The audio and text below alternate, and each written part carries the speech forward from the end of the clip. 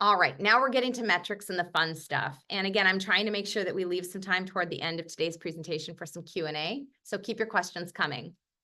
This is a tool that I recently developed within our methodology, and the categories here are really designed around a typical B2B infrastructure of metrics. So it looks a little different for B2C and different kinds of business models, but this gives you a sense. And what this is meant to convey, this metrics mountain, is that we see tons of confusion by executives and senior leaders saying, we have no idea how to tell if marketing's working for us. Marketing gives us a lot of spreadsheets. Our agencies show us all kinds of like engagement metrics, but I have no idea how that's helping my business. And the reality is that there are many different tiers of data when it comes to marketing, and not all of them are important at the same time to the same people.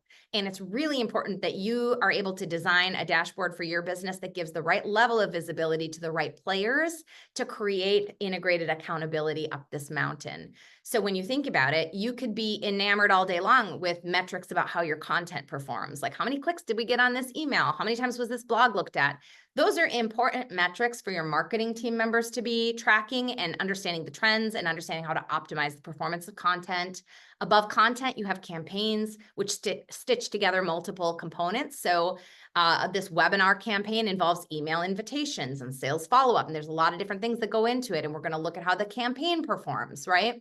Again, that's a really important piece for marketing to be looking at, and then starting to work with sales or business development. So I won't walk you all the way through this mountain, but I am going to spend some time today on some of the essential metrics toward the top of this mountain that I love to obsess about with leaders, because they don't necessarily understand and have never put the programs and processes and tools in place to measure customer acquisition cost, customer lifetime value, the time to close and convert on a deal, and some of those really important things that help you know the impact of marketing and sales collaboration to get to real revenue and outcomes.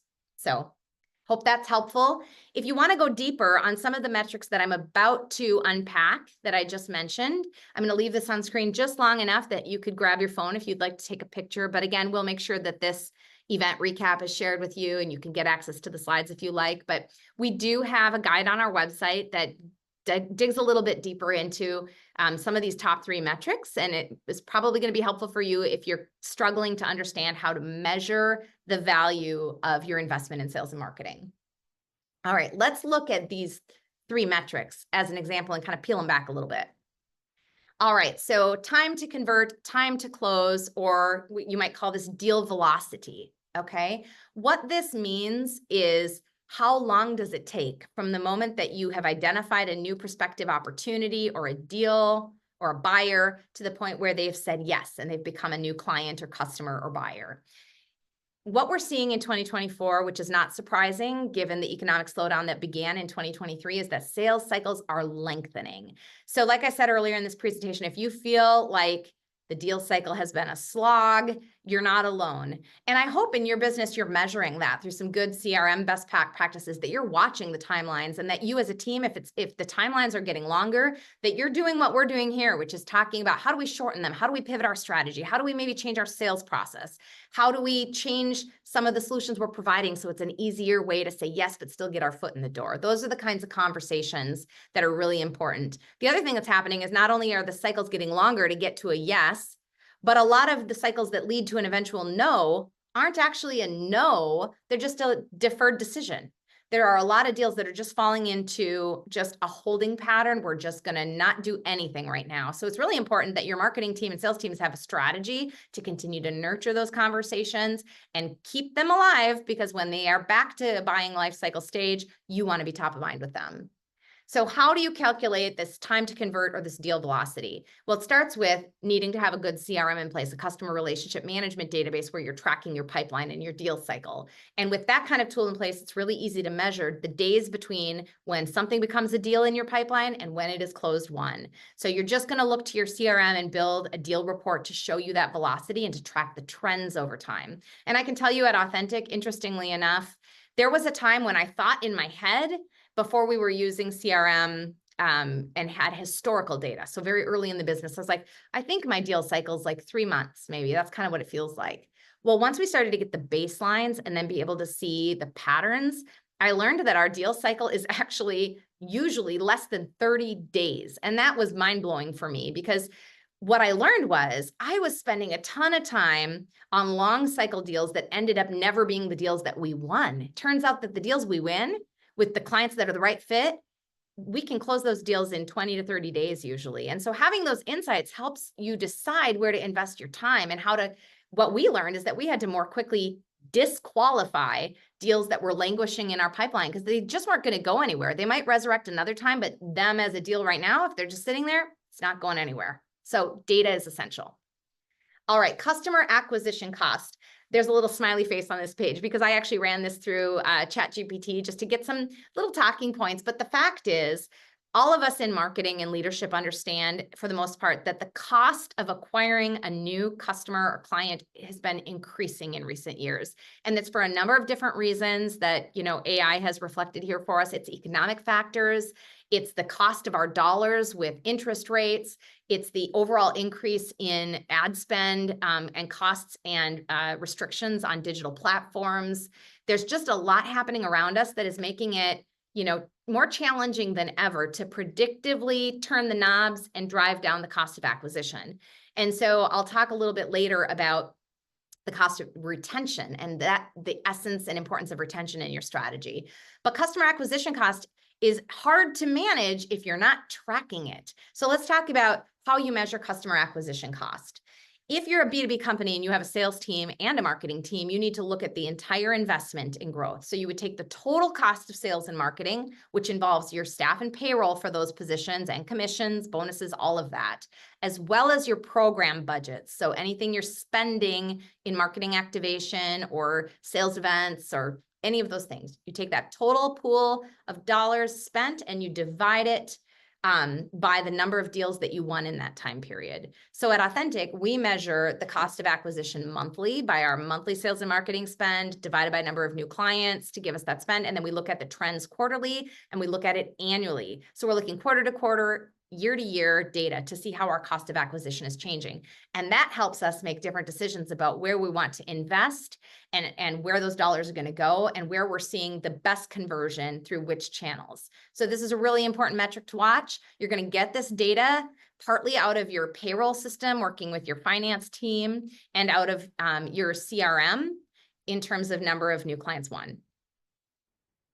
And now I want to talk about customer lifetime value, an often overlooked but probably the most important metric, as well as the customer sentiment and their.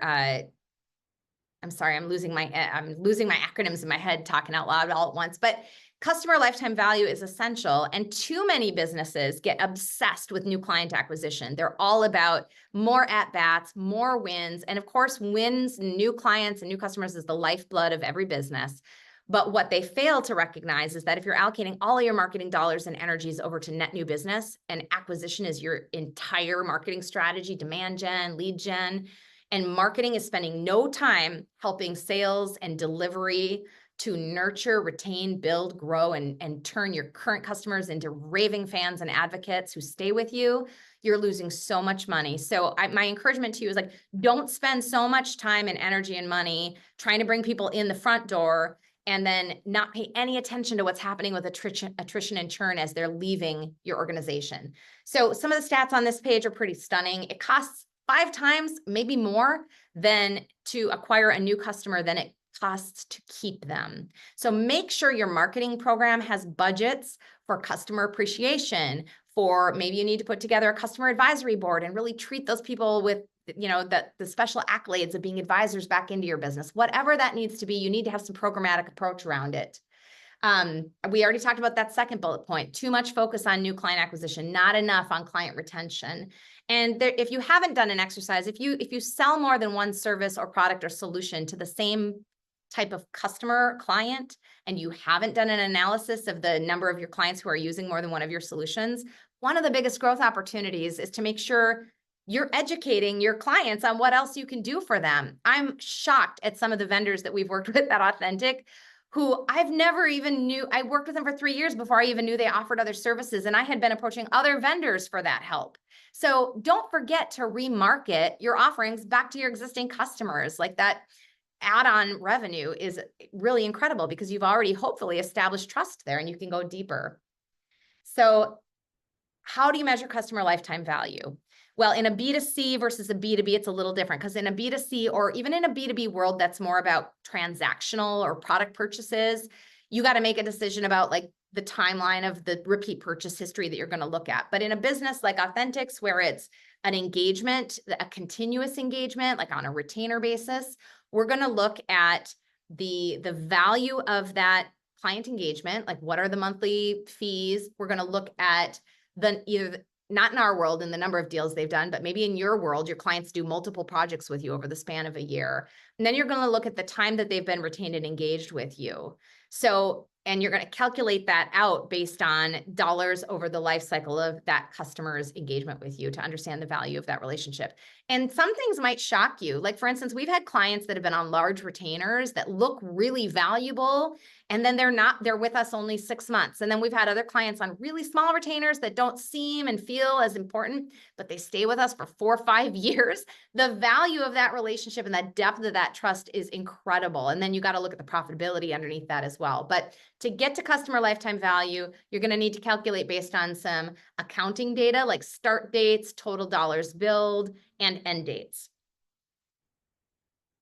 So this quote really kind of sums it up, that customer lifetime value is one of the most important revenue metrics and can be a big driver of growth, but companies often underestimate it because they're so enamored with generating new business. So if you're experiencing a slowdown in the sales cycle when it comes to new business this year, count it as a blessing and an opportunity to go deep with your current existing customers, accounts, offerings. Understand the value of those relationships and don't lose sight of them, and really maximize those relationships now. And then put some plans in place with strategies to continue to cultivate that.